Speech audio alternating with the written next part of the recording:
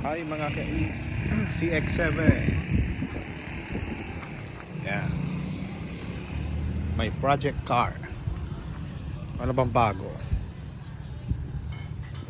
Ito lang naman guys ang bago. Pinaint ko lang yung pangalan ng gulong. Ngayon, ayan, lumabas yung kanya.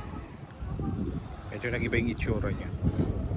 Na-highlight yung red sa center cap niya.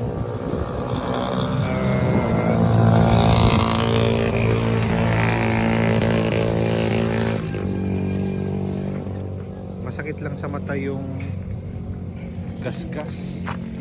And guys, nagasgas siya dahil sa seal guards. Hindi ko pa rin makalimutan yung seat guys na yan. Hindi sinabi ng mga CQ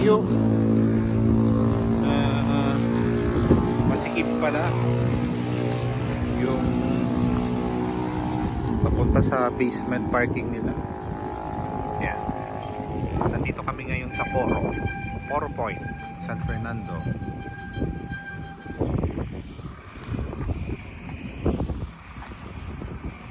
Maraming mga sasakyan dito, maganda mag-eyeball. Tapos nakapark dito ang lahat ng mga CX-7, di ba? Ayan. Marami rin nag-eyeball dito eh. Dati nung naka-Wigo pa kami dito, ang ng Wigo Club chapter ng Laon.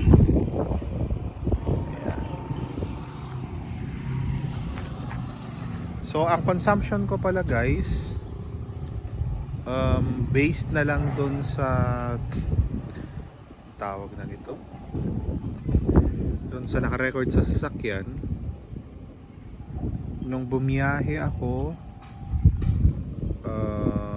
first na punta ko naka 13. So second na biyahe ko nag 12.8. So maganda talaga rin na balik siya sa 17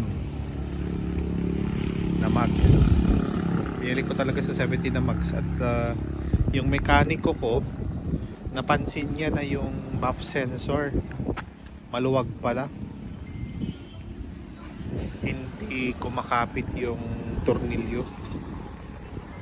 So loose na yung thread. So ang ginawa, may remedyohan niya. Napansin ko mas gumanda yung consumption ko. Isa rin yun siguro sa nagkukos kung bakit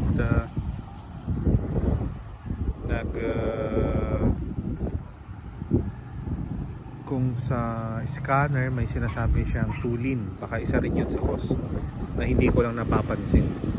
Masyado palang maluwag yung fitment ng MAF sensor. So guys, later again, uwi na kami ni Mrs. Ayan, doon siya kumakain. So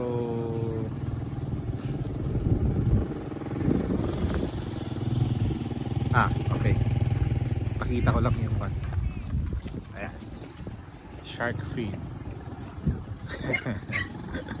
Nailagay ko rin sa wakas. At saka yung binili ko, sinasabi ko sa una kong video na plate holder na may camera. Ang sabi naman nung isa kong pinagpapalagyan is mas maganda daw yung nakakakabit ngayon kasi HD. Yung binili ko, which is mura lang naman talaga, hindi daw yung HD. So sayang lang daw, sabi niya. Mas maganda yung nakakabit. Gusto ko yung mga mekaniko dito at saka yung pinupuntahan ko na very honest naman sila. Hindi para lang makakuha ng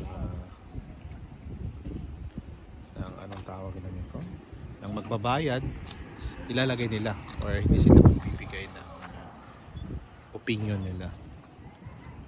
And nasa sa akin naman as owner kung ano yung gagawin ko. So okay guys, next time ulit